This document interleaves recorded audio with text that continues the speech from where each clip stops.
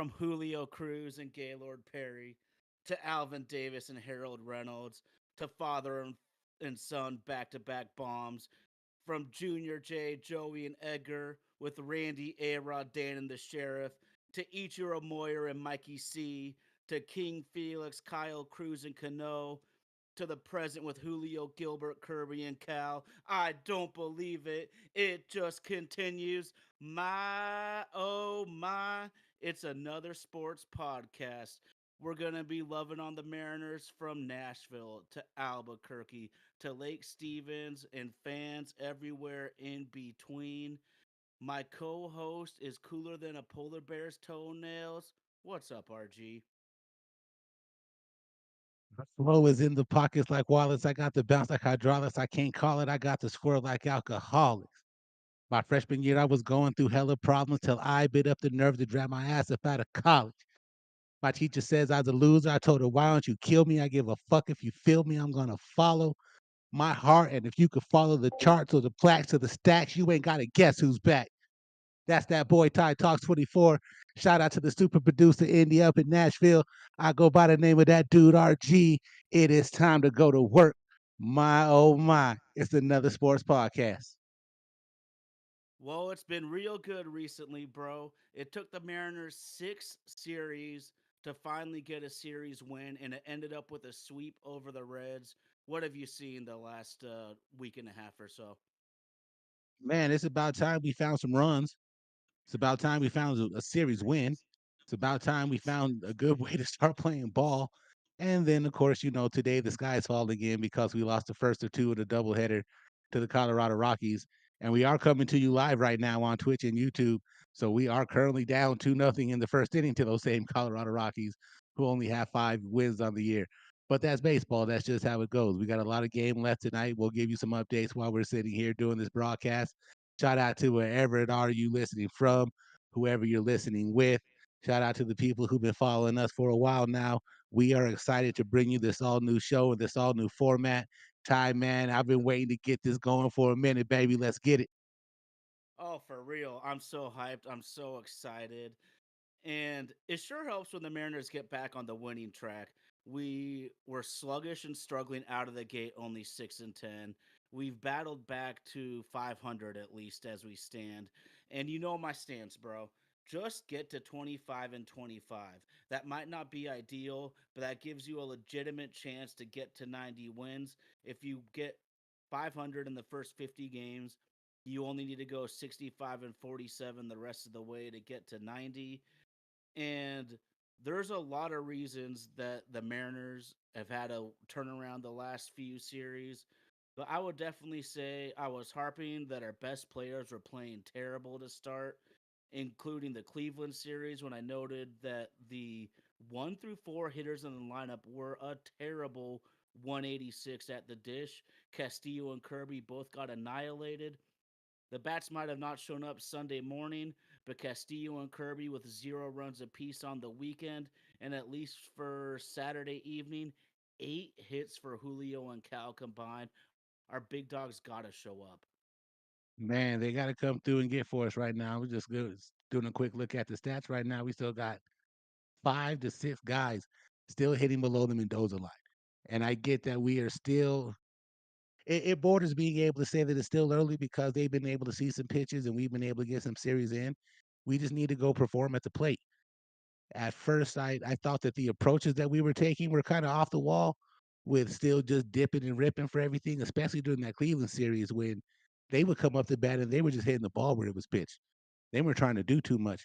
And we were sitting there pressing and pressing and pressing and pressing hard. But that was almost kind of to be expected with the way that the offseason went, especially with the murmurings, especially with a lot of the expectations that the fans had that we didn't do enough.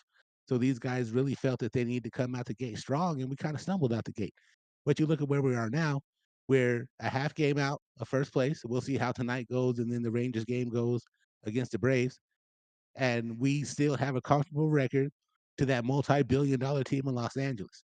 I think the times are good for us Mariner fans. I really do. Oh, absolutely. And it's really easy to be negative early, but the only reason I can see flowers amidst the broken concrete is we were somehow staying afloat with our best players playing terrible. Now, I'm going to just WRG from spring training. I'm dubbing you the president of the Class Save fan club, and I'm right behind you. I'm your VP, tooting the horn. This guy has given a major spark to the team. He adds tremendous range in the outfield. If you have Class A and Julio out there, you have the ability for a Julio to cheat a little bit towards right center because you can trust Class A can track down balls that our other corner outfielders can't. Can zone 211, 3 home runs, and age 26 with average defense at best. Class A has been up and down at the plate. His extreme speed always shows up, RG. Where are you on keeping Class A up here when Canzone gets healthy? And what sort of leash does Canzone have? Because 26, I don't see a ton of potential necessarily, but Class A at 21, man, the sky's the limit for this young man. He's performing well, he stays. It's as simple as that to me. If he's performing well, he stays. You are going to ride your hot hand. At least that's the way that I would look at it if I was the manager of this team and in part of baseball operations. You ride your hot hand. Now I get that Canzone has been with us and he has performed and done some things to weather the storm, help us weather the storm with some of his performances. But if Clase is in here hot, then you find a way to keep him involved in the lineup, even if you got to kind of platoon him. And I don't know how much that would hurt a young kid compared to someone with a little bit more age like Canzone has. But if Class A is setting the world on fire when Canzone comes back, that's a decision that I would hate to have to be servicing in baseball operation to have to make. But I know from a fan's perspective, you better not take the hot guy out of the lineup to go back to try with this experiment. Yeah, and he brings a definitive spark to the team. You feel it, and speed can cause teams to make terrible plays out there. He almost had the in the park air home run, I would call it. And I feel the speed on the base pass, the right fielder just missed the grounder. And it goes past him, 3 run score. He almost gets an in the park grand slam. Now, I was looking up some of our struggling players, RG, and if the Mariners are willing to sacrifice a little bit of versatility in the field, Luis Urias actually has one option left as a big league player. So when Canzone gets healthy and Josh Rojas is playing damn good baseball out there, 333, he is swinging at strikes. His swings are within himself and he is earning the right to not have to platoon right now. If Canzone, Clase, and Rojas are all definitively better, I don't see any reason why we shouldn't send Urias to AAA while we still have that option available to the ball club. That's why those guys make money to make those big decisions like that. To me, it seems like a no-brainer, but again, I'm just a fan. I'm just a fan within podcasts with the homie Ty Talks, and we're just sitting here just chopping it up, baby.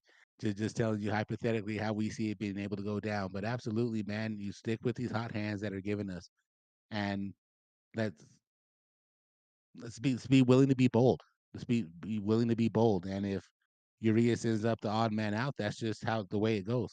Maybe he can help from some time down in AAA, get that swing right, get his eyes right, and then be able to come up and find a way to contribute to the team. But long too often we try to stay the course, hoping that someone turns into something without being able to strike while the iron is hot and be able to keep the momentum going. You and I know something about that a little bit personally, but we'll bring that up another day.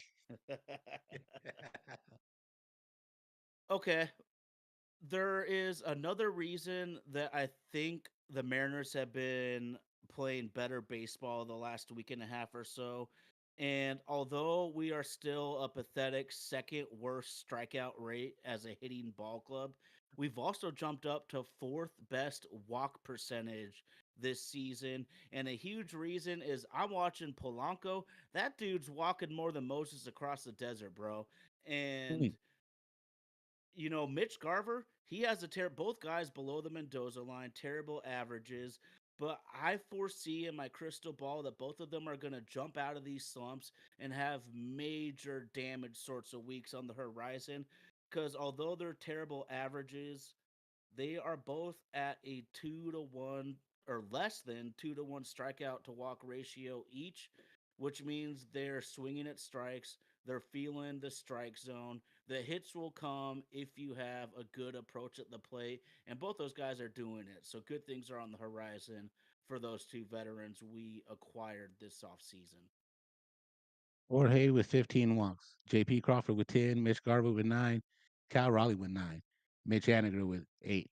That's showing some patience at the plate and just not up there just swinging at anything and being able to read the pitch a little bit more, which is extremely hard to do at a major league level. So we got to give a shout out to them for being able to control their efforts while they're up there at the plate. Um, a walk is a base runner, and a base runner is a potential run. We still do a damn terrible job at being able to move guys around, and we have left a lot of meat on the bone. If we've been able to eat half that meat, baby, God, could you imagine where we'd be sitting right now? And as we move forward throughout the course of the season, but that's just something that the Mariners have had issues with for a couple seasons now. Just being able to take care of first things first and get guys from first to second, second to third, third into home. Um, Hopefully, we can get a change in that with some more consistent at bats. Just trying to hit the ball where it's played. Not everything needs to be a front of home run. Take it, take the take the launch angle out of it. Let's just go back to just playing some baseball. Make contact with it. See ball, hit ball is the simplest concept of baseball that's ever been taught. Absolutely. And everybody knows I was the biggest Josh Rojas hater when he was a key piece in the Seawald trade. And I've had to eat that the entire time. And I'm more than happy to do that. He is the guy you're talking about taking that approach right now that I see. He's just looking for line drives to left center. Singles turn into doubles. Doubles turn into home runs when you're getting solid contact consistently. You're absolutely spot on, RG. We are hitting 225 with runners in scoring position, and it feels like we're doing way worse. We've had a couple of anomaly games where we are damn close, like 4 or 500, which really tips the scales in that statistic. I feel that the team's been worse than 225 with runners on.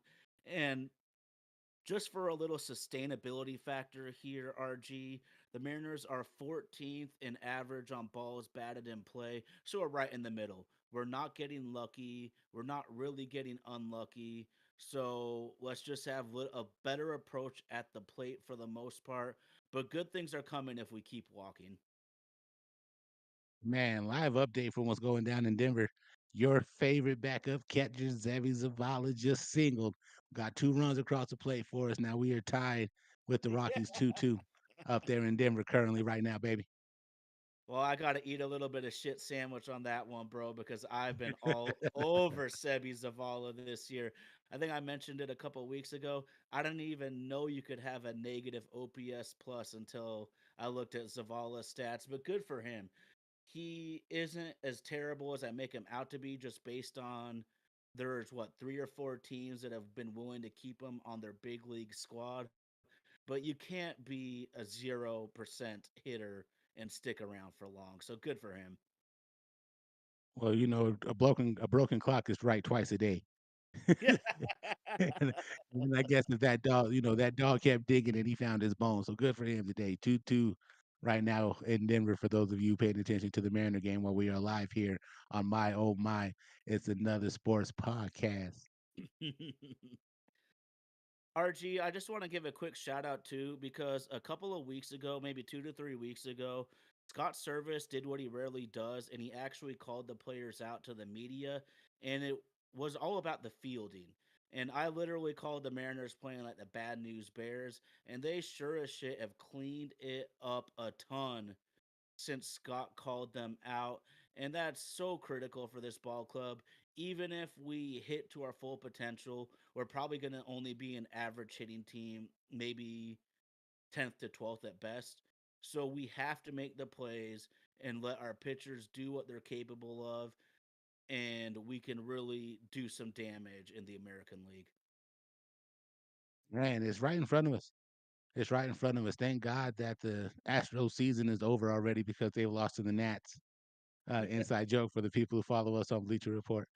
Astros aren't playing well right now. We can't expect the A's and the Angels to be able to keep up what they're doing. So maybe in the early offset, this is a two-man race, and we could be able to get some links in front of us and where Houston's at, because they're a good team and they're going to be able to go on a run.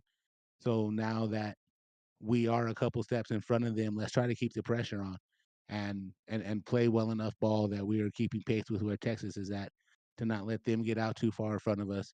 And we're having to deal with the bottom dwellers of the A's and the Angels in between in the mix too. Now's the perfect time for us. And we have this huge series coming up already early in the year, starting on Tuesday. That'll be a good litmus test to see where it is that we really are with the defending world champions out there in Globe Life Ballpark in Arlington. So let's get through this next game healthy. Let's score some runs, and man, just it's right here. It's right here. We're close. We're close to where we need to be.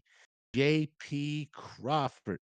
Da da da da da. The motherfucking J to the P. Triples in the top of the second. 3 runners scored. The Mariners now lead the Rockies 5-2. For those of you following along live with us. J Dog. That's what I'm talking about, though. Another guy that's had good at Hold bats up. lately. Gotta go that beat on down for him, man. JP in the building. Let's go. Hey, to top it off, he's from the LBC too, so that might track might have been meant for him right there. Gotta love it. Gotta love it. I'm just so happy too when when you speak on JP like that because he hasn't been getting the hits, but from my eye test, he's had a lot of good at bats. So you always want to see in any walk of life, not just baseball.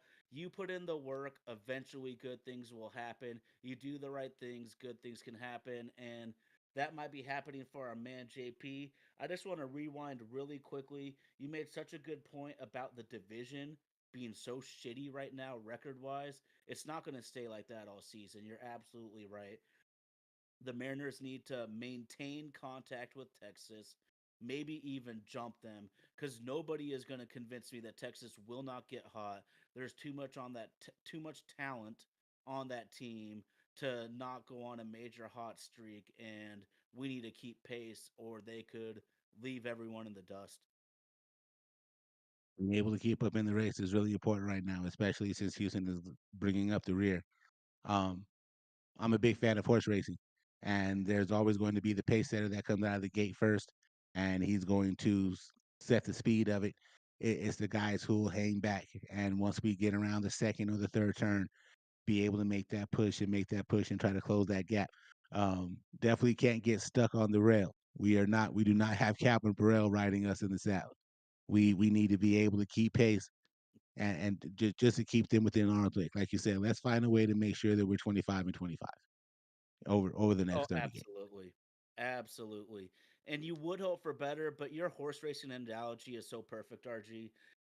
You don't want to get out to the super early lead. We see that all the time. Hell, Tampa Bay, what, 14-0 to start the year last year, didn't even win a game in the playoffs. Mariners, my favorite team. I think it was 2019, 13-1 to start. We lost like 100 games. So you can't just get out there sprinting right away. You got to pace yourself a little bit, not fall completely into the shit, and then come through when it really matters. I'm just pumped because we're seeing good signs from. I truly think the Mariners are a pretty talented team. Pretty talented can do damage in baseball because you never know as long as you make it to October. Hey, anything can happen once we get into those special days in October, man. Uh, and like I was talking to someone off mic earlier today, and they were talking about how we, as a fan base, expected a very hot start from the team. And I had told them, if I would have known back in 2001 that us pretty much winning the AL West before June 1st would have equated to us going out four to the Yankees, would have been how that would have played out. I would have rather us not had been pressing just for regular season wins Mm.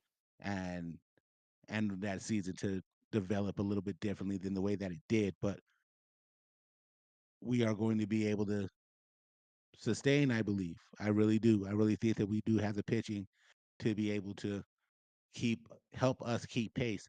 as long as we can not just give these 5 guys the Felix every time they go out there and score them some damn runs. Shout out to And our boy Wu y'all know. today down there in Tacoma, man. Yes. I guess he had a pretty good rehab performance today. Throw the ball well, had a couple Ks in about 3 innings. So, that guy could be another piece to add to this tremendous young talented bullpen that we have. And Castillo get right. Logan's gonna get right. So we just gotta maintain. We just gotta maintain. I like that, man. And I just want you to speak on this because the Mariners were in a losing streak, a losing attitude 2 to 3 weeks ago. And then what's your ace supposed to do, RG? When you're losing, the ace comes in and slams the door and stops the bleeding. Well, guess what? Castillo did not do that. Kirby did not do that. Your boy, LG the OG, was the one that stopped the bleeding. You're the first person I know that's saying Logan Gilbert is an ace. Y'all need to recognize, speak on that, RG, because you were the first to say it, and he proved it a couple weeks ago. We've just been thinking about his demeanor ever since we were in that playoff hunt in 2021 that fell one game short.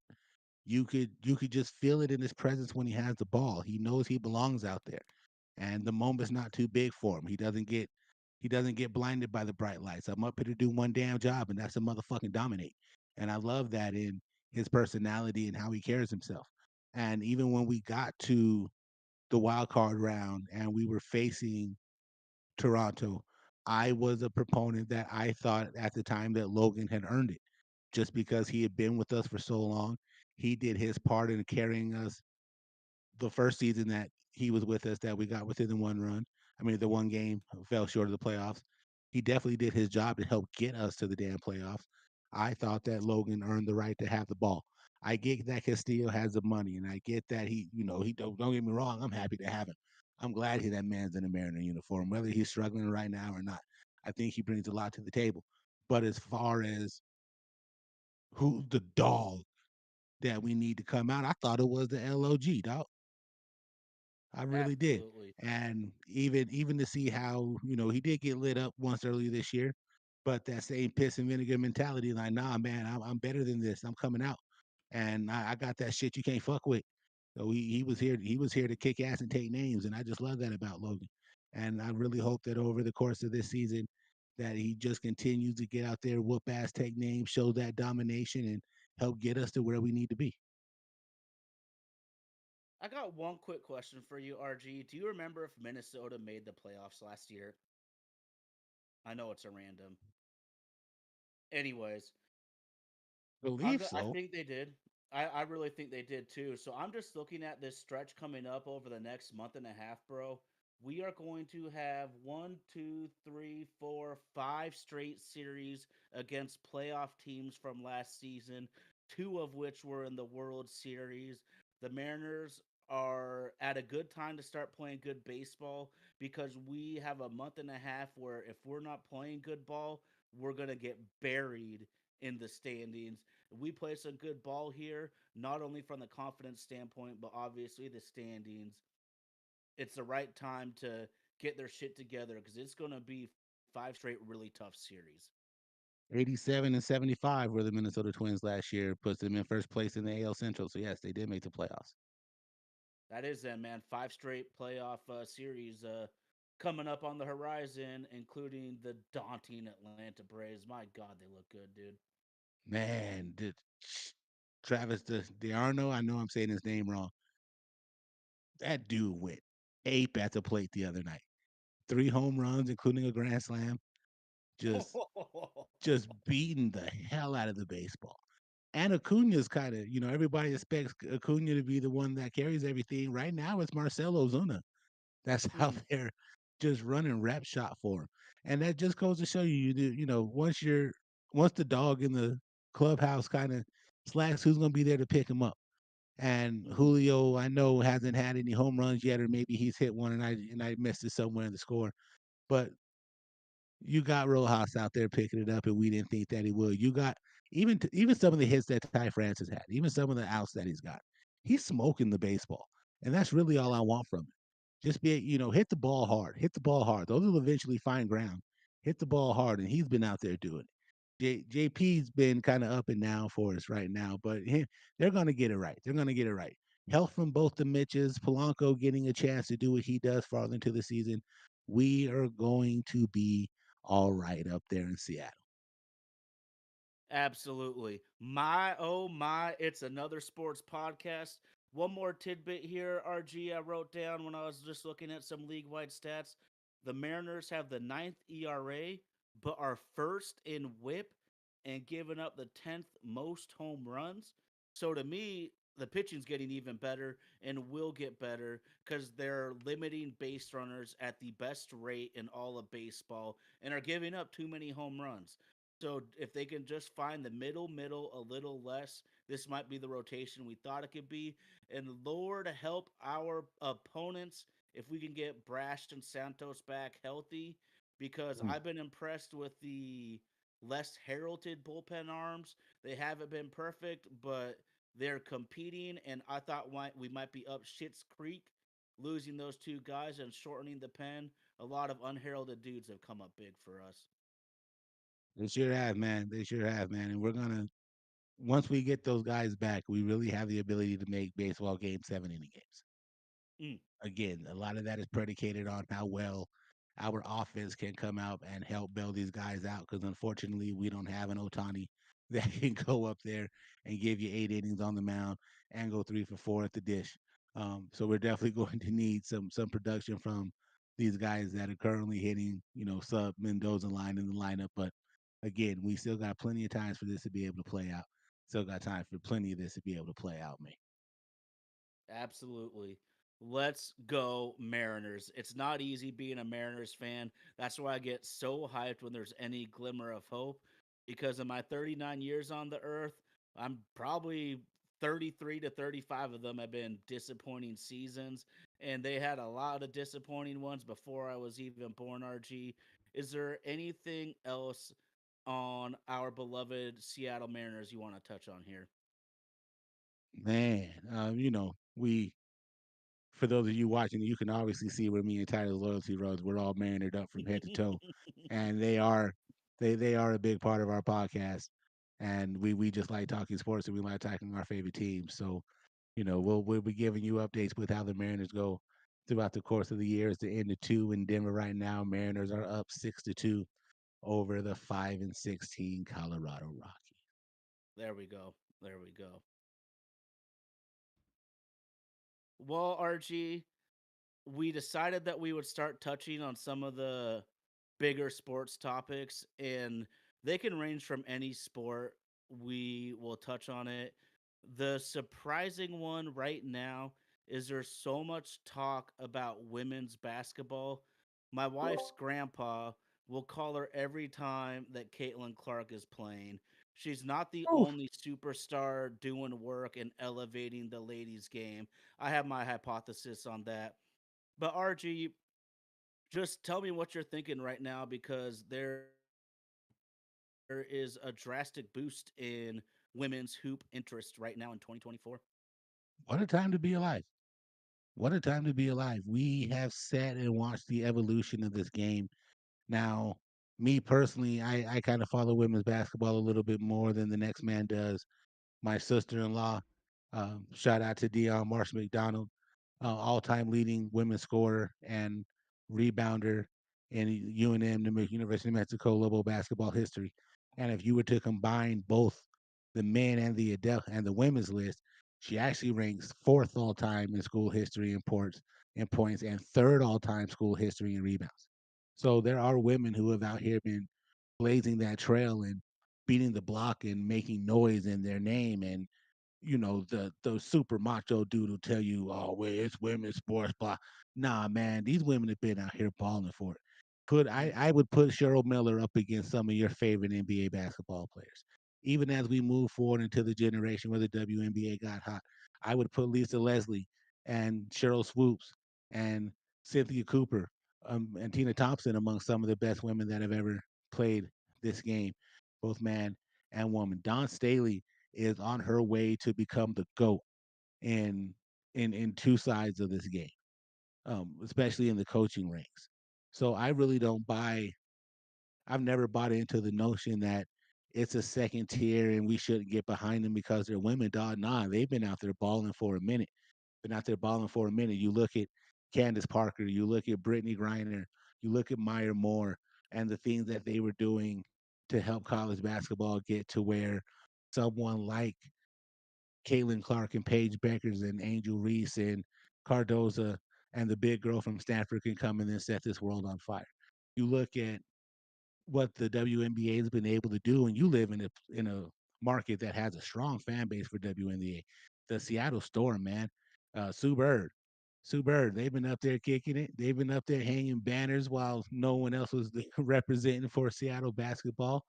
So this notion that this is just a Johnny come lately thing, nah, there have been those of us that have been paying attention, and there's those of you who are just now hopping onto the bandwagon. And we're happy to have you no matter when you started cheering for women's basketball. What you got, T? I love everything you just said right there. And part of it too is if you played basketball yourself, one thing you'll notice is most of us, especially a guy like me, I can't relate to the athleticism of a Vince Carter or a LeBron James, but I can sure identify with fundamental play, making the extra pass, and making good shots. Just a personal thing right now is it's funny you mentioned the Seattle Storm. They are an extremely popular team up here. They've been extremely popular since the first day that they laced them up and went on the hard top out there for us. But y'all know one of our dogs is named Griffey. Our other one is actually named Birdie after the great four-time WNBA champion Sue Bird. She is a legend out here. I'm gonna kick it out to Indy in one sec, but I just did a little timeline because I think part of it is just how people grow up. So my mom was born in 1955. They did not play female sports when she was in school. It just wasn't a thing. My little sister was born in 1991. She was an absolute stud softball pitcher and point guard in high school. Those girls were very good. They were very competitive. They were very skilled. Now, she was born in 1991 and we're in the year 2024. These young ladies that all just finished their college careers, born in 2000s or later, all they know is female empowerment in sports. They don't know the times before when they're like my mom's age, there was no such thing as female sports. You referenced Cheryl Miller. She was just breaking the barriers of people respecting females in sports. Into the 90s and the 2000s, we keep getting better and better. Now, this group of young women, all they know is the empowerment of females in sports, and that includes the dads and the men. My dad was so involved and encouraging to my sister and her friends. Rest in peace, Pops. And it makes a huge difference to these young women when they're fully supported. And now we see college softball is on ESPN more than Major League Baseball. And a lot of it's because of the support of our families in encouraging these young women to get out there and ball. The game that was just on early in the day, Alabama and Arkansas. Now, I know that the number 5,000 is a very minuscule number when it comes to attendance, but that sets the all-time record for attendance for a Arkansas softball game today. Eight, correct me if I'm wrong on the number. 18 million people turned into the championship game between South Carolina and Iowa. 18 million people turned into it. 18 The plus. 18 plus million turned into it. Thanks, Andy. Um, the Storm play in a newly renovated large NBA arena. I was just reading today that they've had to move some of the WNBA games from some of these auxiliary gyms that some of these women have played in for the last couple of years to the big dog NBA arenas because ticket demands to see some of these games are absolutely nuts. The Las Vegas Aces have sold out the last 3 seasons of their games. Mm, It might be safe to say that they the hottest thing in Vegas. Just it's coming, dog, and just that old school, just that old barbaric mentality that women can't do anything. We need to dead that right now. We need to dead that absolutely. right now. Just absolutely, just did it. Now, we were talking off camera. Me and Indy had a very pretty spirited conversation the other day. I get that Caitlin Clark is the one that has brought, or she's been the catalyst for a lot of these eyes that have been brought to the game over the last 2 years. And shout out to her for being able to do that in the way that she does. Um, but I also think too that she shouldn't just get the lion's share of the credit because you are only as good as the squads that are around you. And to to say that South Carolina over the last 2 years hadn't done their part to be able to go do it, even as polarizing as she is, to say that Kim Malarkey and the Bayou Barbie, now she's a Chi-Town Barbie, Angel Reese, didn't have something to do with that. Cardoza's a beast. If you've never seen her play, Oh, Cardoza's a beast. I mean, yeah. Chicago got themselves the new version of the Twin Towers in the WNBA game, and like Angel Reese said, find us a squad that's gonna come in there and get a rebound with me and her down in the paint. Just that dog mentality. They're talking about super teams being built, and the Sparks in Los Angeles had to just up their roster just to try to be able to compete. The Aces just have future Hall of Famers and MVPs all up and down the roster. Don't forget the team in Brooklyn. I mean, sorry, yeah, they believe that they play in Brooklyn, the New York Liberty. They got they got the girl who might have started this even before Paige did, with Sabrina Ionescu out there averaging triple doubles the whole time she was in Oregon, and then took that same energy to the WNBA. And you team her up with Jonquel Jones and Brianna Stewart, who, in my opinion, might be the greatest college female basketball player ever. I know Caitlin got points. I know Caitlin get buckets. Stewie went 4 for 4 with 4 national championships and 4 MVPs. That's kind of hard to top. That's kind of hard to top. I know that I know that Caitlin gets the looks just because her game is so electrifying. But there's been women out here that just been killing it, dog.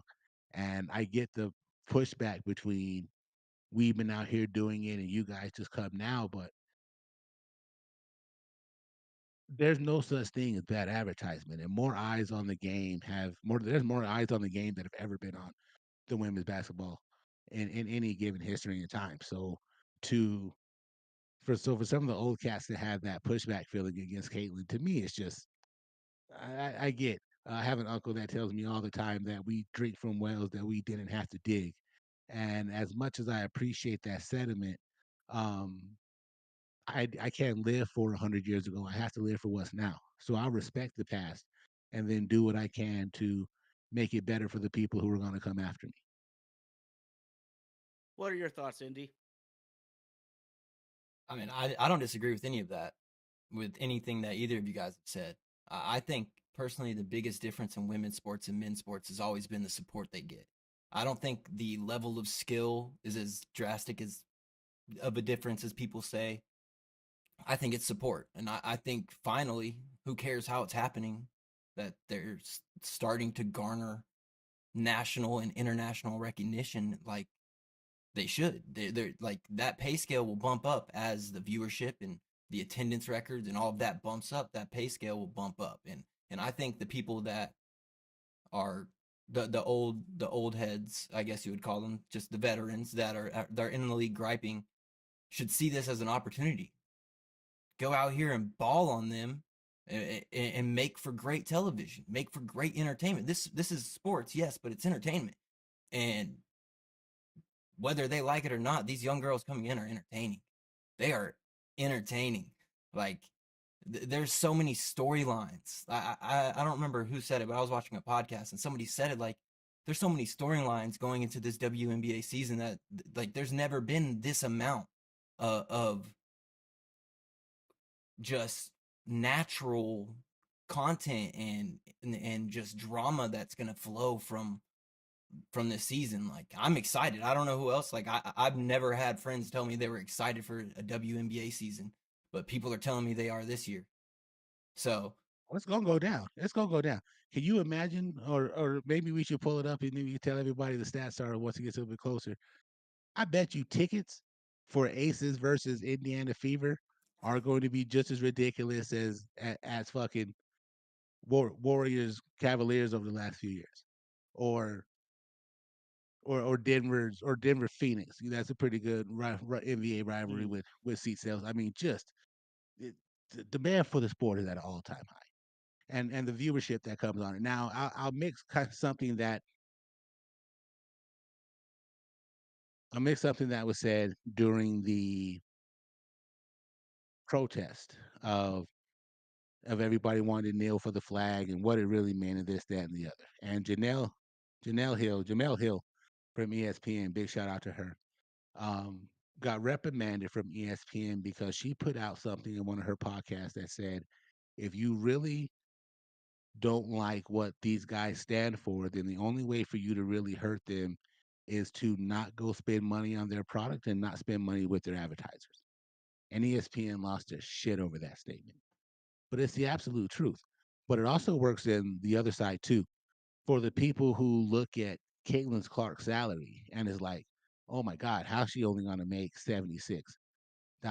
Well, if you're upset about that, what you need to do is go buy some tickets to some games, is to pay attention when they're playing on TV. Watch it. Whether it's her playing, whether it's the Liberty playing, whether it's the Minnesota Lynx playing. And in the women's game, a lot of these teams already have a good lineage that is built because it hasn't been like the male version of the game is, where only 30% of the league has won championships. It's not like that in the women's game. It's really diverse and it's really spread out. And to support them with your advertising dollars by paying attention to the game. If you want them to be able to make a fair living and then they don't have to go overseas to make better money, which is half the reason why Brittany Griner got in the trouble she did in the first place, because she can make more money playing ball in Europe than she can in the US. If you don't want things like that to happen, then you need to get out and support these women. And it's as simple as that. Amen. Amen. Because people that know me know how huge of a proponent I am for women playing sports. But the facts are the facts, you guys. Last year, the NBA revenue was $2.8 billion. Last year, the WNBA revenue was 65 million. So we can't, as much as I would love to pay them more, RG, you're spot on. You have people, if you want to go out and people are shouting at the mountaintops on social media, well, you need to go to the games. You need to watch them when they're on TV, and that is how you're actually going to support them. Now, I just want to go back in history a little bit. Before any of us were actually born, the NBA in the late 70s was literally on the verge of bankruptcy. Magic Johnson and Larry Bird came in out of college and took the league by storm, helped turn a league on the verge of bankruptcy into a national powerhouse. Michael Jordan took it to new heights. But we don't even need to talk about him for that. But what I'm saying is there's got to be a needle mover in sports sometimes. And maybe we are at that pivotal moment for women's hoops and women's sports in general. RG, you were spot on. Iowa versus South Carolina averaged 18.7 million viewers. Average. They peaked at 24 million at the most watched moment the of the broadcast. Now I want to go back 10 years. Amazing basketball being played by women 10 years ago. UConn versus Notre Dame, 4.3 million viewers 10 years ago in the title game. So we're talking an increase of 14.4 million more people watching in a 10-year span for the same women's championship game. That's moving the needle. And it's not just Caitlin, it's this whole band of young women going out there kicking ass and taking names. And by comparison, you guys, the top game from the 2023 NBA Finals, Denver versus Miami, was 11.6 million viewers. Mm. So the women's title game, for the first time ever, had more people watch it than the men's title game, and they beat the hell out of the NBA Finals top watch game of last year. We can't say for sure, but these young ladies are starting to move the needle, fellas. They are. They are. Now, I'll also get to the elephant in the room. Reading a tweet here from a man who calls himself Bishop Talbot Swan. He says everyone is outraged that the WNBA's 2024 number one draft pick, Caitlin Clark, has a rookie contract that starts at $76,000. Where was this discussion and all this outrage when these black women, all number one draft picks in the 5 years preceding Clark, were paid even less? I completely understand what he's saying, but I'm going to shoot that down and not make this a black and white thing. What I'm going to make this is the fact that Caitlyn has eyes on her that other people can't attract. And on the outset, it sounds like I'm making that a blur lines thing, but I'm truly not, because while the iron was hot, Cardoza built herself into a household name. Hmm. It was fiery when Caitlin Clark was doing the John Cena to Van Lilith from Louisville. But then when Angel Reese hits her with it, and she's just a thug. It's it's allowing somebody else to tell you how you should feel about it. Here in the grand scheme of it, they all benefit from each other. Those eyes that Caitlin brings may also notice someone like Brink from Stanford, but it may also get them to like the little point guard from Notre Dame Mm. who did her thing and then ended up getting in a beef with the refs over her nose ring, even though they didn't call it the game before. Getting into a beef with the refs over a nose ring when it was obvious up there in the court that they were playing on. One side of the court had a different 3 point dimension than the other side did. And they just were too busy trying to nitpick over simple shit to notice that there was clearly an advantage on one side of the court because they didn't have equal dimensions painted into the floor. Just let's not be blind at the fact that Caitlyn is who she is. And there's a lot of people who are going to follow that. But instead of saying, woe is me, you do what UConn did and go 35-0 Mm. and get celebrated for it. And don't forget, there's a girl in the Northeast who was getting just as much hype as Caitlin Clark was before she got injured. And shout out to the homie Paige Buckets. Um, the women's game is hot right now, and it doesn't matter who's the driving force behind this, whether you're college or WNBA, whether you're old school or you're new school. The fact right now is there's on average 30 million new people right now who are paying attention to your sport that had ever paid attention to it before. And instead of being upset about how they got here, you got one job, baby. Just ball. Just ball and they're gonna stick around. Just give them that good content and they're gonna stick around. Absolutely. The Indiana Fever went from one game being televised last year to 30 something out of what, 40 games they play in a Mm. season? That's an opportunity for every single team they play this year and everybody that plays on that team to ball out on national television 30 something times. That's incredible. Change is coming. Whether people like it or not, change is coming, and women's sports is going to, it's going to be regarded the same way as men's, and as it should be, because I mean they're I'll at the give you top another of their quick. craft. I'll give you another quick comparison. Everybody talks about the NFL having that game over in London and the Jacksonville Jaguars just because they're the Jaguars. They have they have this thing where they may need to play some games outside of Jacksonville for them to be profitable. They're in London so much and they do well enough in London. You know that 2 years ago, Blake Bortles had one of the highest selling NFL jerseys overseas just because Mm. he's in front of these new eyes and they're winning while they're over there. So people are going to pick up the jersey of who's winning. Just ball. Shout out to the homie Nick following us on YouTube who says, "Go Tribe, man." Let's Man, I'm go. telling you, you better protect Jose Ramirez at all costs. Because anything I could do to get him to become a Mariner, baby, we doing that. We doing that. Shout out to the homie Nick.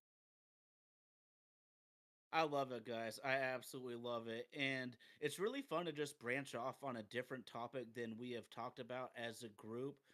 But it's important for us to touch on the major events. We're all three diehard Mariners fans, but there's what am I saying? Some. Most sports stories, especially one like this, are much bigger than our niche regional Seattle Mariners, which we love so much. You're talking about the NFL and jerseys right there. I saw something crazy. The Caitlin Clark Indiana jerseys have sold more in one day than all Dallas Cowboys jerseys sold combined last year. And that's the most popular and hated team in the most popular sport in our country. If that's not moving the needle, I don't know what is. And there is a little something to it. I want to keep it real here. Caitlin Clark, she is a pretty white female, and let's be real, that's going to bring in some different households that might not tune in to a homegirl like Jewel Lloyd up in the Pacific Northwest. She's one of the best point guards on the planet that not a ton of people know about, but that girl is unbelievable. I hope the Storm keep her long term. I mean, even Jill Biden, the first lady last year, wanted to invite Caitlyn and her team as the runner up to the White House until there was so much backlash. We don't do that here. And that's so unfair to the championship team to be the first to do so. So she totally backed out on that. But just from a pure basketball standpoint, you made a good point, Hold up. RG. All right, Man, I hold gotta on, hold stop with on. Nate Dogg. Go ahead, bro. Hold on. I personally would feel disrespected too if the runner up got the same perk that I did. So Absolutely. with that one, I don't have any gripe with me personally. Me personally, Yeah. if I put in the work and did what was necessary to win, and I get that she's a great story, but even like Brianna Stewart said about her, the numbers that she puts up are gaudy. She's going to be on the Mount Rushmore of college women basketball players. But in the way that we view success on both sides of it, is that it don't mean a thing if it ain't got that ring. She cannot be the GOAT until she wins a championship. Okay. I think it's a lot harder in college sports because they're so tilted. You have all-star teams like South Carolina and Utah, or, in college football, Alabama and Georgia. Some programs have a massive uphill battle. But come the pros, then I'm definitely with you because the playing field will equal out once again. But like I was just thinking, just from a pure basketball standpoint, she could easily just turn out to be Jimmer Fredette, or she could be Steph Curry. We really don't know how it's going to turn out. But all I know is when Steph Curry is on that court, I say to myself all the time, that is terrible shot selection except for one man on the planet. I say the same thing about Caitlin Clark. That is terrible shot selection except for one woman on the planet. She balls. She balls. We are not denying the fact that she balls. We are not denying the fact that she goes out there and gets it. I'm just saying, take the opportunity you have to step in the ring with Mike Tyson and Buster Douglas his ass.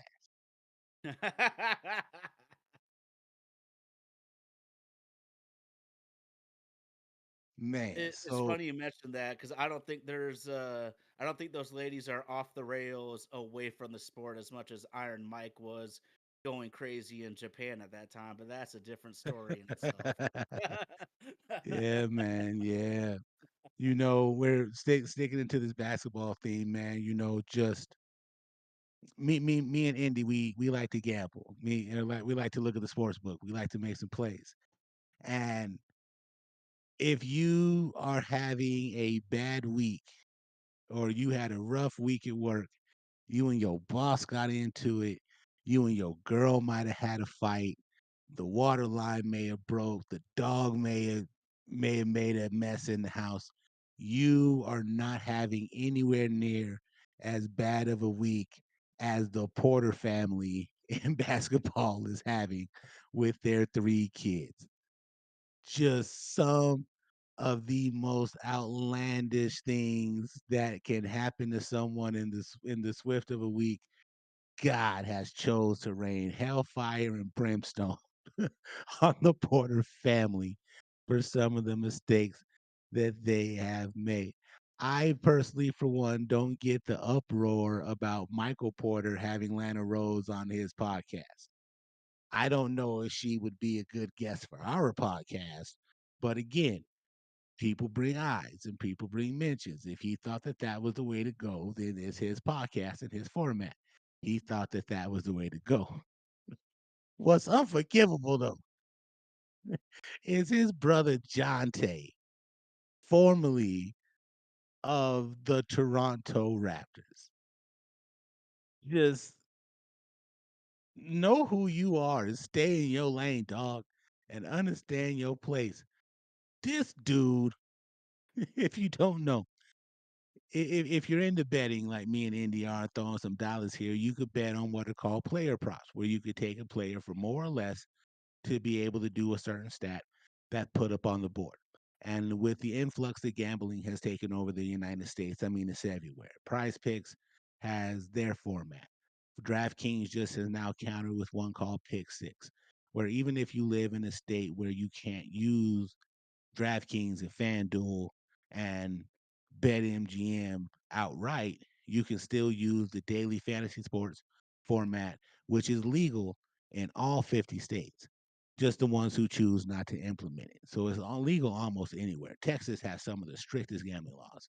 You can play daily fantasy sports in the state of Texas. So this dude, John Tay Porter, and like I was saying with the Otani thing, all you got to do is be a little bit quiet. The money trail is gonna come out, and it's gonna be some things going down.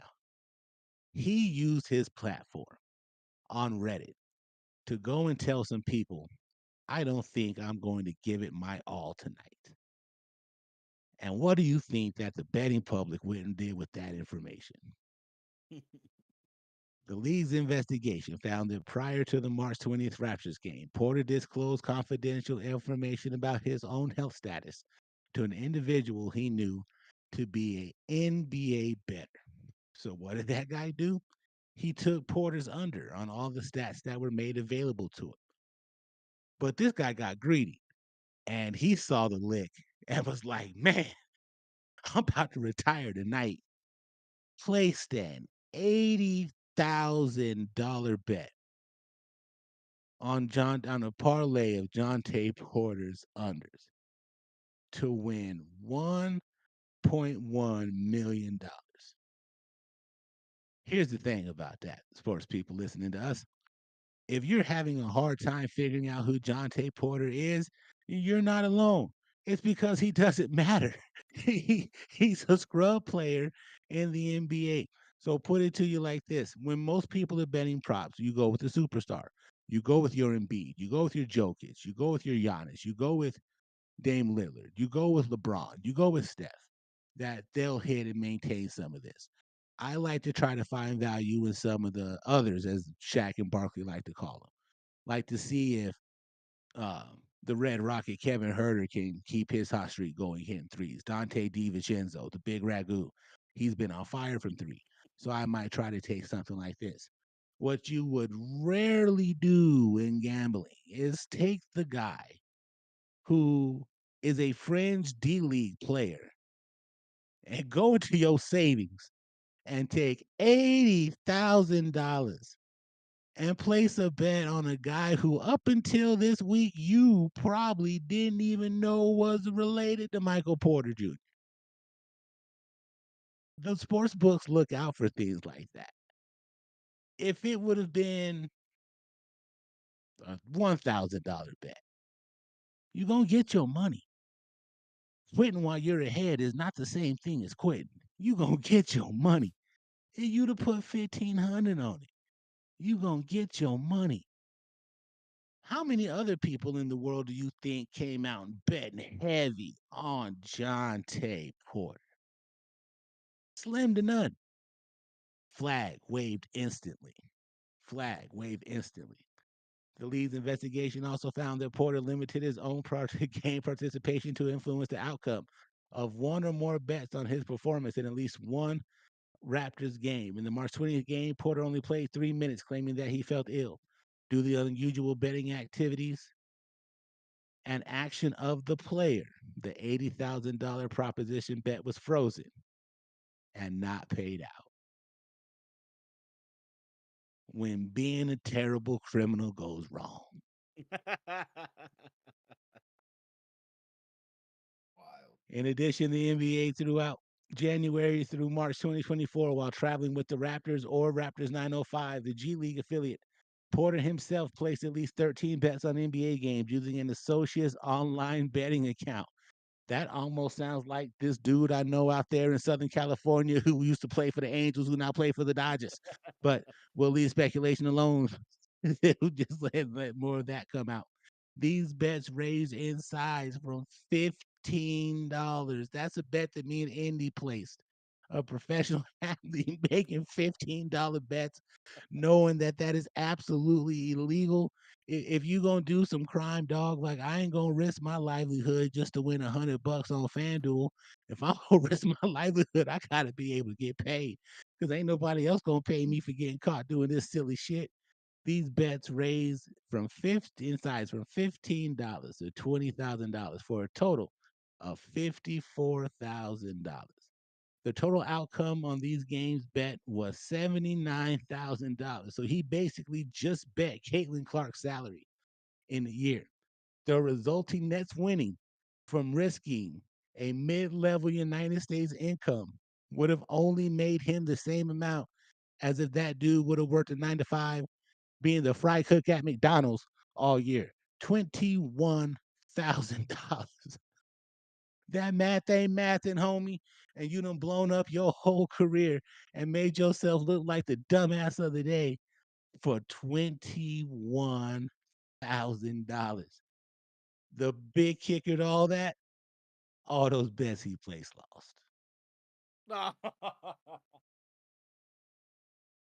Oh man. Was it Dave Chappelle who had a bit about the dumb criminals of the world? But oh, this one takes the cake. The one thing I'm gonna ask you then, RG, especially because you guys know way more about betting than I do, is growing up we had a family member who had a major gambling problem who ended up in major financial problems because of it. And this family member, my parents would always warn us about to be really careful about placing wagers and getting caught up in that mix because some people get completely out of control. Do you think that this might be the case of a young man that gambling, he just can't beat his demons there? Or is he just cocky and thought no one's going to get him?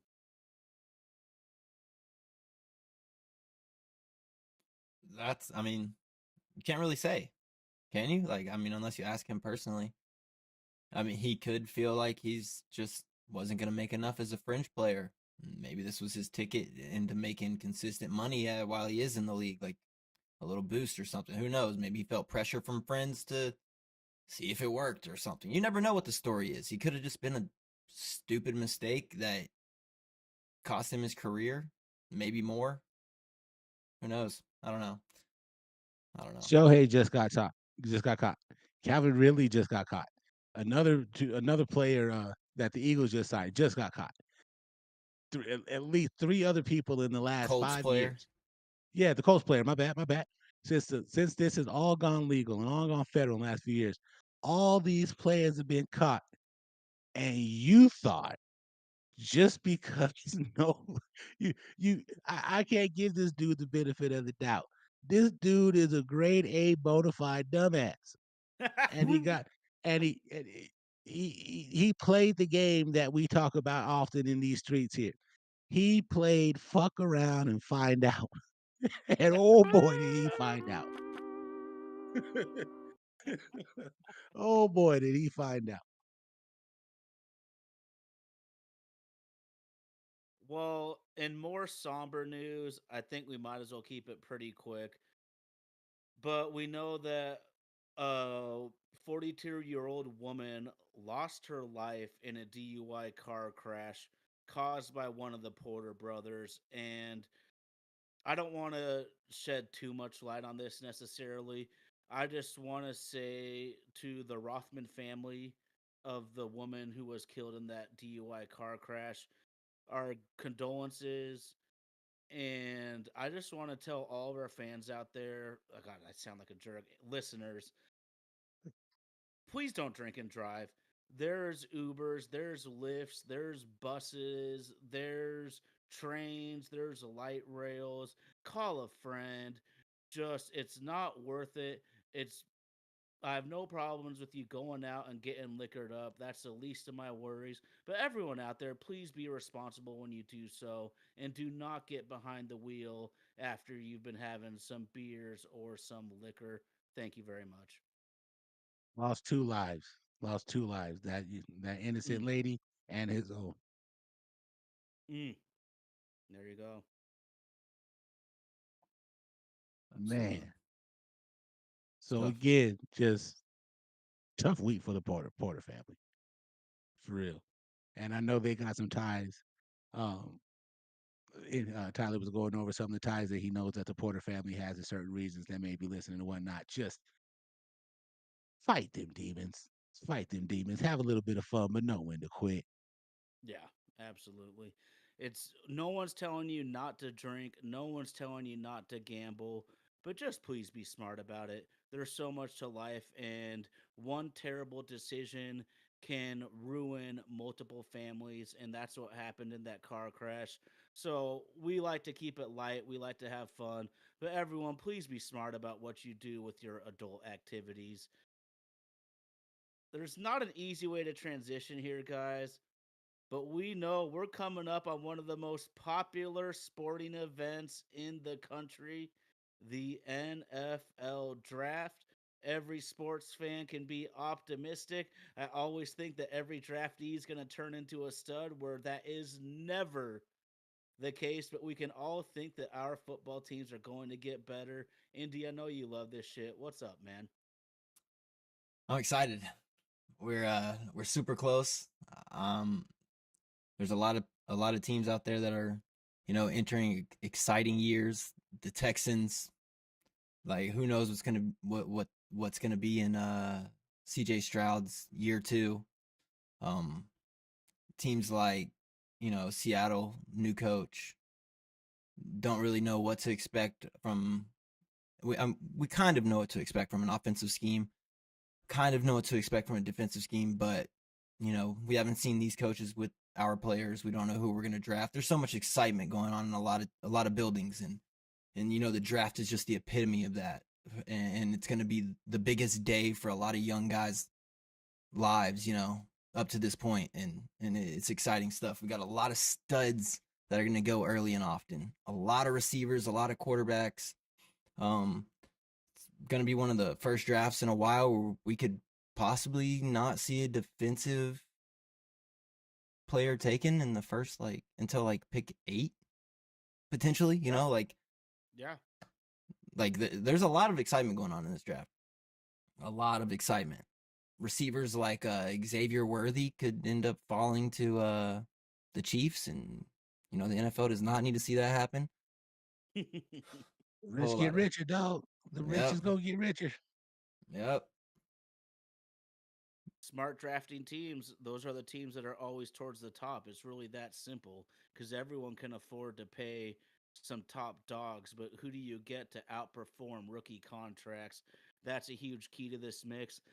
Just just so y'all know, me and Indy are actually pretty big draft nerds, and for me it started back in the 90s when I was a kid, and it's never happened since then. But in 91, the Washington Huskies, had the first pick of the entire draft in Steve Entman, D lineman. And then the Washington State Cougars, a few years later, had the very first pick of the draft in quarterback Drew Bledsoe. And as a kid, you're like, wow, these Northwest schools, we just kick everyone's ass. We had the first pick every year. It hasn't happened since, but I've always been interested since that point.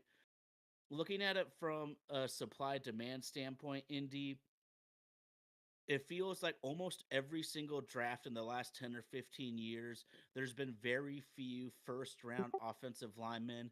There is numerous this year, which pumps me up as a guy that wants to fortify the trenches. Do you have any thoughts on the O lineman and the possibility of one landing with the Seahawks? And do you need to pounce if the opportunity is there? From the standpoint of like the Seahawks front office, just thinking from like where their mind would be, it's a tough one because if someone like Brock Bowers is still there, if you know Latu from UCLA is still there, like, but you still have your choice of four of the top five offensive tackles or all of the guards that are still there. You have your pick of the litter essentially at 16 because there's so much that can happen. There's going to be teams moving up to take quarterbacks. There's going to be teams moving up to take receivers.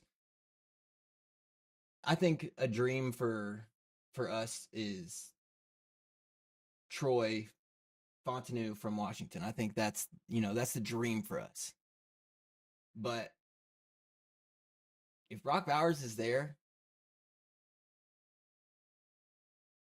it'd be hard to not pick him. It'd be really hard to not pick him. Tell me about Big Brock. Let's get up some stats just so we're accurate here. But I mean, I saw a funny post on Instagram the other day saying that Brock Bowers was wearing a hat that only he can wear because he is a 2-time John Mackey Award winner and a 2-time national championship winner. You know what I'm saying? And the hat had 2-time John Mackey Award winner and 2-time national champion. That's pretty sick, man. It's a hat that only he can wear and it be true to him. You know what I'm saying? Like that describes him right there. Like he's swag on 100,000 million. Yeah, and just his build, 6'4", 240, his production, his just the way that his teammates speak about him, the way his coaches speak about him, he's gonna be a locker room guy. He's gonna be a hard worker, but that he's gonna be more than just a guy that's in there an extra tackle. He's gonna be involved in everything.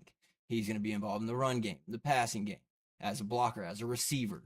He's gonna be a distraction because he's that good. He's gonna demand attention from the defense and from the coordinators. I mean, he was SEC Freshman of the Year. He was included on the All SEC first team and All American second team his freshman year. Like, we're talking about a guy who has a college pedigree, a guy that could,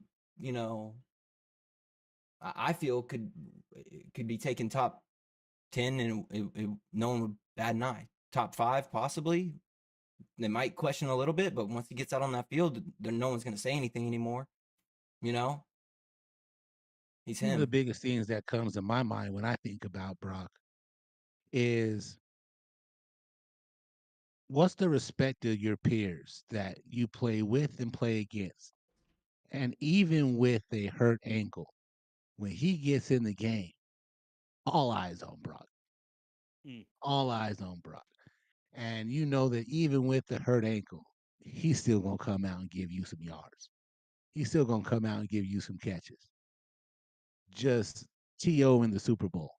Just that type of performance where even when the dude is hurt, he's still regarded as the most dangerous weapon on the field. There's not an NFL team in the world who wouldn't be lucky to have that kid and that work ethic, depending on where he goes next Thursday night. Absolutely. Absolutely. And then I just want to add a tiny bit there because there's so much to talk about.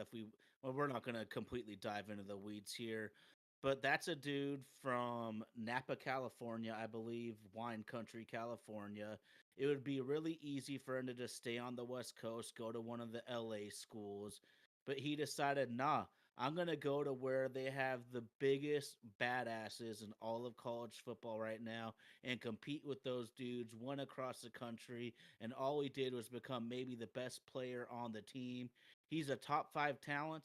He might drop out of the top 10, maybe just because of his position and all the quarterbacks available. But there's no question some team's going to be lucky to get him. Indy, I have a man crush on Husky offensive lineman Troy Fautanu, and I'm no expert scout, but this guy is quick, he's powerful, and he's nasty. And if you give me those three qualities, I'm gonna show you a Pro Bowl offensive lineman. There is a dude from Alabama and a dude from Oregon State who I'd be completely happy as runner ups there. You talked on Leatu Latu, an edge rusher from UCLA.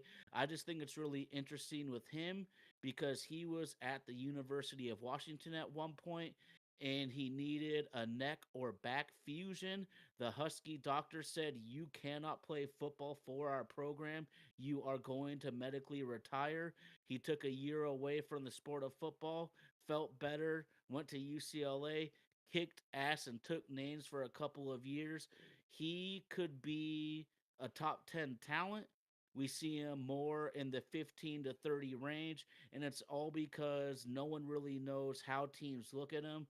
Because, like I said, the UW medical staff literally said we cannot let you play football anymore. There will be other team doctors that agree with UW, but there will also be team doctors like UCLA who give him the thumbs up. So I just thought that was a interesting background on that guy. 23 sacks and winning the Lombardi and Hendricks Awards in 2023. Oh wow, wow, It was a beast. Beast. absolutely.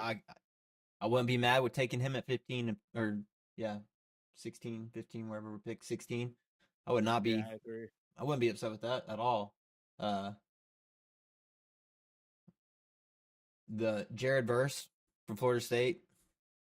I wouldn't be mad with him being taken there either. He's like above average against the run, which is something we struggled with mightily.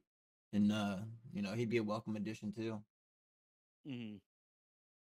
for sure. Well, and sometimes I like winners too. It isn't the end all be all, but he was the best player on an undefeated team. That sure means something to me. Mm-hmm. 1000%. Okay. Now So it there's an meant more to elephant you in than the it did room. the Oh, go. NCAA. It meant more to you than it did the NCAA championship committee. But I'm not. Uh, I'm not going to bring out sour grapes right now. It's still crazy to me how that ended up. What do you guys? Well, I'll start with you, RG, because I think you're more positive than even Seattle fans are. What do you think of Michael Penix Jr., who is an extremely polarizing prospect across the country right now? If I'm a Seahawks fan and I rep the Pacific Northwest, and they're obviously, I think from the outside looking in that the Seahawks need a quarterback, and I have a chance to get the guy who just played 5 miles to the opposite side of the city of Lumen Field. I'm going ape shit to go get him. You know he's gonna come out, and in that type of situation, to be able just to move to the other side of town to stay with the fan base that loves and already supports him, that dude's gonna go ape shit. I think he's got great physical ability. I think he's able to read the defense and do things that you want to do. He put up the numbers that you wanted to have. Just Michigan just kind of got after him, and out there playing hurt wasn't gonna get the Huskies the results that they wanted. But to me, everybody's going ape shit over Caleb Williams and Drake May and Jaden Daniels. I really think that the better of the quarterbacks, honestly, in my opinion, is Michael Penix Jr. And I'm willing to stand on that business. I really think that he is the unsung gem of the quarterback room. Maybe you're lucky enough to get him in the same position that Dallas got Dak. Um, and just watch how he can rejuvenate that franchise. I just really think that if you have a chance to get him, with him being the hometown kid, even though he started his career in Indiana, just I think if you have a chance to get him, you take him. Now, will your front office see that the same way? Will the rest of your fan base see that the same way? I could give a shit. I'm not a Seahawk fan. Mm. I'm an Eagle fan, and we got our own problems. No matter how many offseason acquisitions we get from the Jets, we, we we we we got our own problems brewing in Philly. We're gonna have to find a way to replace that dog, Jason Kelsey, and I know that we're gonna slide Cam Jurgens over. Um, and we did nothing but draft half the Georgia defense over the last 2 years, and that really didn't pay some great dividends for us towards the last half of last season. But we'll give those young dogs a chance to mature and turn into the beast that we need. But it is an exciting time. The NFL draft is fun. The demand for it is crazy. Indy lives in Nashville and can tell you that when the draft was there, a million people downtown flooded it. Just just the biggest party that they've had outside of anything country music award associated in Nashville. Just the city just beamed for days. Now I'm from a small state. So the best thing that we get out of the draft is when Brian Urlacher went in the top 8 to the Chicago Bears back in the day, and a guy named Glover Queen who had a pretty incredible career with the Detroit Lions, also out of New Mexico.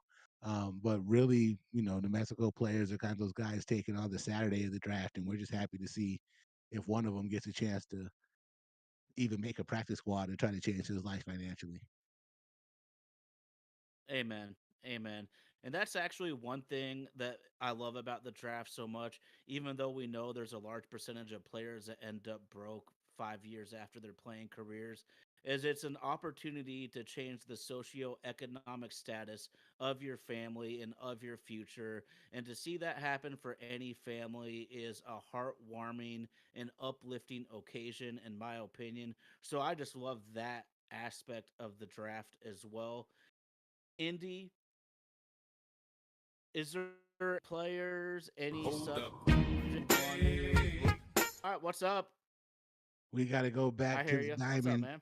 We got to go back to the diamond and go back to our bread and butter, baby. Them Seattle Mariners, the big dumper, Cal Raleigh, 2-run home run in the 6th inning, 425 feet, scoring our man, the J Rod show. Seattle is now up on the Colorado Rockies 9-2, headed into the bottom of the sixth. Oh, let's go. Let's go. The big dumper, You got baby. me all hyped. I can't even remember what I was saying now, bro. Big dumper in the house, you know. Yes, sir. Yeah, it took me off track too. I'm not gonna lie, but hey, go M's. Go M's, man. Hey, I got a question for you. You're breaking up a little bit, Tyler. RG, because outside perspective and wrote down some names.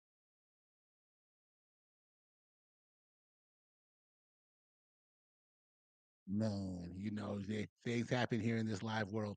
For those of you joining us on Twitch and YouTube, it's obviously to see that our homie Ty Talks is having some connectivity issues. So we're going to give him a second to get all of that sorted out and working here. But again, we're happy to have you. This is our first show on the brand new format, My Oh My, it's another sports podcast coming to you live on Twitch and YouTube each and every Sunday.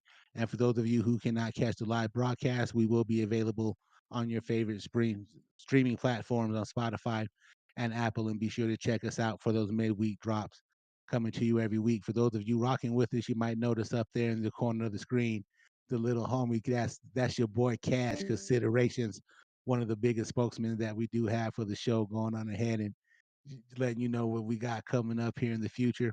The man that the show is titled after is Dave Newhouse, one of the greatest sports broadcasters that Major League Baseball had ever seen. And yes, we may be partial to that because he was the Mariners broadcast man for so long. But again, he's given us tremendous memories over the course of the years. And coming up here in a few, we'll probably do a little tribute to him in the coming weeks since we are inspired by his name. That's why we call ourselves My Oh My. It's a podcast. Your boy RG here holding it down in Albuquerque, New Mexico. That's the man, Indy, super producer representing Vaden Podcast all the way out there in Nashville, Tennessee. He's the man that makes the engine go.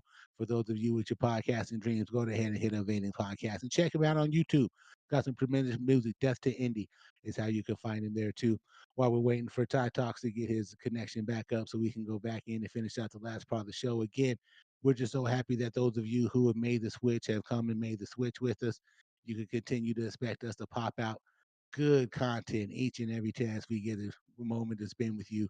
You are the most important part of this podcast, and we couldn't be able to do it without all of your support to be able to come back. So while we're getting this technical difficulty shut out, let's take a little bit of a break here for those of you streaming with us live on Twitch and YouTube. And again, we thank you for joining us today. This is my oh my another sports podcast coming to you live, baby.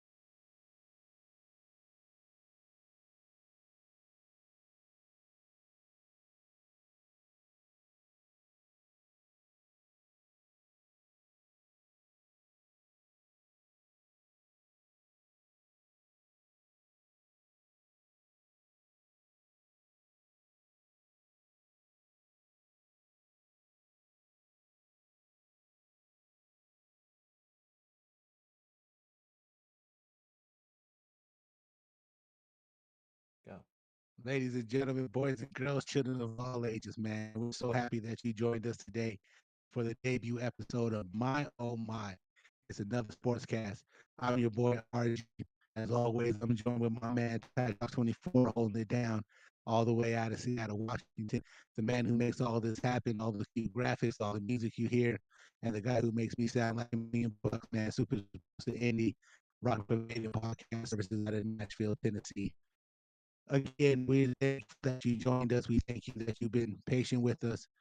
Technical difficulties do happen, lost the internet service, but hey, we just gonna roll and make it do what we gotta do. Um, Final thought, really, just be kind to one another, support everything that you go out and love, rock with your favorite teams. We're here to debate it, whether you like the taste or whether you're not. You can always prove us wrong. You can find us you can find us on Facebook. You can find us on YouTube, Instagram, TikTok. We're live each and every Sunday here on Twitch and on YouTube. And if you missed any of this broadcast, be sure to check out the podcast when it drops on Spotify and Apple or anywhere that you check out your favorite podcast, man. For sure, man. Thank you for rocking with us. Once again, I'm that dude they call RG. Shout out to the homie Tight Talk super producer Indy. Special shout out to our girl Katie Masamato holding down the socials for us. We couldn't do any of this without you, man. And we really appreciate your time. We appreciate your love. We appreciate your effort. Go on ahead and click them like buttons, push us up in the algorithm, and help us get on to do what we do. Once again, I'm your boy RG signing off for my oh my. It's another sports podcast live on Twitch and YouTube each and every Sunday night.